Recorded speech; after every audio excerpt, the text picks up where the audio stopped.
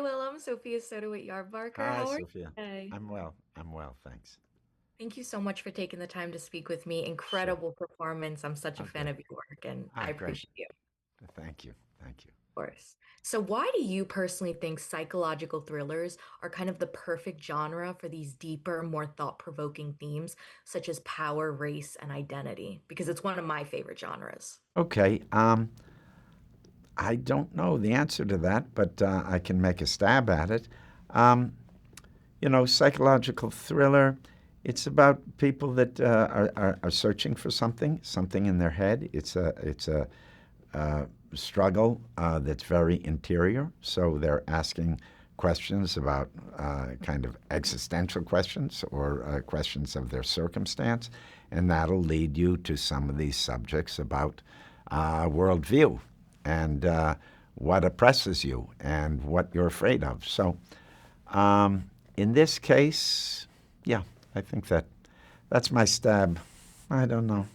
I'm not sure. I'm not satisfied with the answer. What can I tell you? That's why I make movies, and I'm not like a film critic. Well, your character in this, I really enjoyed getting to see you take on this role. Instead of a monster under the bed, like we kind of know, it's your character in the basement for this story. What is kind of the fun of that as an actor, getting to embody that sort of driving force in a story? Ah, no, I just like the idea of someone that's struggling to figure things out, and he's got a partner in this with Corey's character, and they aren't a natural pair to work together, but they sort of use each other to try to find some sort of peace. But they're both men with very dark secrets that haunt their lives and really keep them from going forward in any way. So that's the struggle, and that's not my life, but it's fun to be in that head so I can explore some of those different ways of thinking and some of those themes. Definitely. And what is the time in your career when you kind of had to face something in your own past, professionally or personally, to kind of create something new for a role you were doing? It's always happening. I mean, you know, when you're playing a role, of course you use yourself because no one else doing it but you. But I really try to, abandon myself and imagine the new self. That's all. Yeah.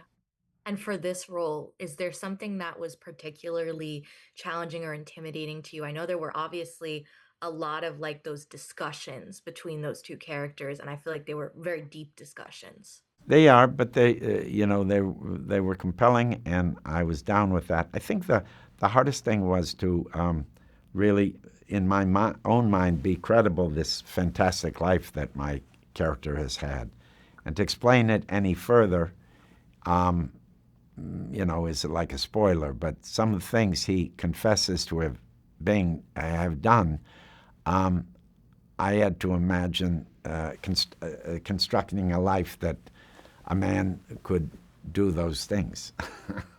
Was Okay. there one that really like shocked you even more than the others? Because there were quite a few. This is a big spoiler, but like this idea that he confesses that he once sold a child to a man to give to his dog to see what the dog's true nature was, and basically sacrificed this child to a dog, which is pretty dark. And he justifies it by saying that the woman had 14 children, the mother of this child had 14 children, and with the money she got from from him buying the child, she was able to feed those children. So it was a case of monstrous behavior, being justified in his mind. And he also talks sometimes about how the world goes on. The world turns, and he really doesn't affect it. So he talks in very practical terms. So he has a kind of twisted psychology. So to understand that, I had to imagine how you arrive at that and really, rather than just condemn it, try to get in that his mindset, which is difficult to do, but and maybe it's not necessary, but what it does is it engages you in a different kind of head, and then that becomes really the footing for you inhabiting those scenes. Because if you don't, if it just becomes, purely a theatrical gesture, it won't float. You have to somehow really believe in it. Well, thank you so much again for speaking with me about this film. I really do appreciate it. Great, great, thank you.